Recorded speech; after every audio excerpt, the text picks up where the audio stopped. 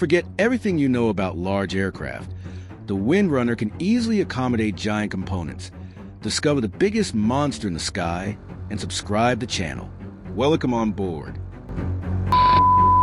In the high deserts of the American West, where wind sweeps uninterrupted across wide-open plains, a revolution is taking flight, not in the form of rockets or jetliners, but in something far more unassuming and yet groundbreaking.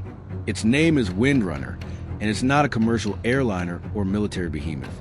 It's a purpose-built cargo aircraft, unlike any ever conceived, designed for a single extraordinary mission: to transport the largest wind turbine blades in the world. The Radio Windrunner project emerged from a unique intersection of clean energy ambition and aerospace innovation. As wind turbine technology evolved, the demand for longer, more efficient blades increased. The larger the blade, the more energy it could capture. But there was a problem. Blades over 100 meters in length couldn't be transported via traditional means.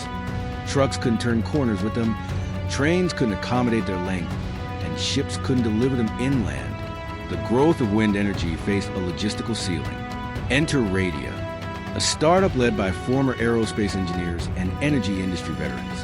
They had a simple yet audacious idea: build the world's largest aircraft by fuselage volume, solely for the task of carrying ultra-long wind turbine blades to remote wind farm locations. The Windrunner wouldn't chase speed or altitude. It would chase accessibility and practicality, bringing parts the world had never seen to places that had never imagined them.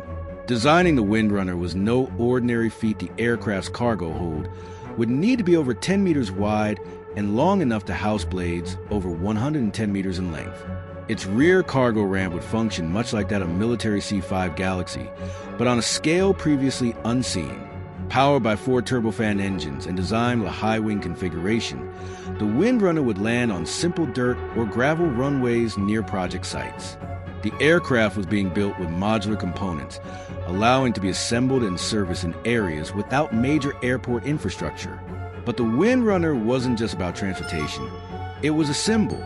Each flight would carry the potential for gigawatts of clean energy, blades destined for turbines taller than skyscrapers. The aircraft's oversized profile, reminiscent of the legendary Antonov N-225, carried an unmistakable message. The scale of renewable energy was growing, and the logistics to support it needed to evolve. The first prototype of the Windrunner began construction in a hangar on the outskirts of Mojave, California. Engineers adapted lessons from heavy-lift aviation, integrating carbon composite materials to reduce weight while increasing strength. Its landing gear system would distribute weight across dozens of wheels, allowing landings on rough terrain. The cockpit, perched high above the fuselage, provided a panoramic view for pilots guiding Behemoth into narrow, makeshift landing zones. Flight testing was scheduled for 2026, with the first operational deliveries projected soon after. Radia had already secured partnerships with major wind turbine manufacturers, who viewed the aircraft as a game-changer for installing wind farms in places once deemed inaccessible. Plains, mountains, and deserts, areas previously off-limits due to infrastructure constraints, could now host massive turbines, unlocking new regions for clean power generation.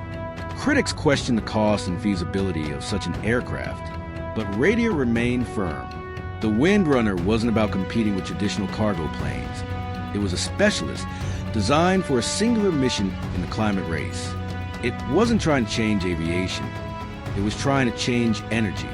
Public interest in the project surged when Radia unveiled a life-size mock-up at an energy expo in Houston. Children stared wide-eyed at the massive winglets.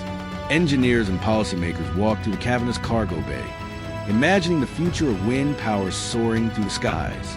The message was clear. If humanity was serious about decarbonizing its energy systems, it would need tools as bold and visionary as the challenge itself.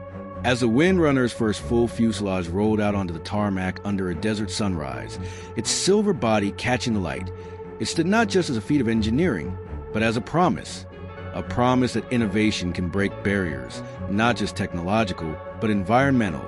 A promise that aviation, so often seen as part of the problem, could also be part of the solution. And in that moment, the Windrunner wasn't just an aircraft. It was a bridge from fossil fuels to renewables, from limitation to possibility, from the winds of change to the wings of progress.